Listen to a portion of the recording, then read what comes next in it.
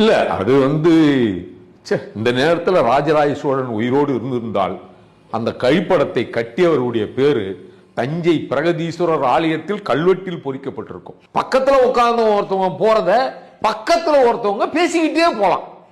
தடுப்பு இல்லாத 35 லட்சம் கொஞ்சமாவது மறைமுகமா செய்யறது கழிவறைக்கு போறது. அது கூட பாலர் பள்ளி கிடையாது, உயர்நிலை பள்ளி, ஆண்களும் பெண்களும் படிக்கிற பள்ளி.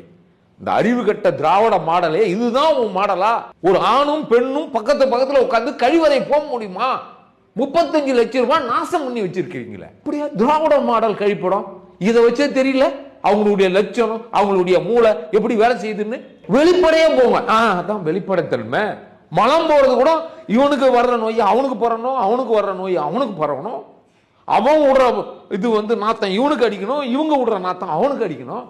பொதுவா உட்காரணும் மலம் போறதுல. சமூக நீதி. ஆமா, ஆணும் பெண்ணும் ஒரே இடத்தில் தடுப்பு இல்லாமல் இப்படி பார்த்துக்கிட்டு கழிவறை போறதுதான் சமூக நீதி, சமநீதி.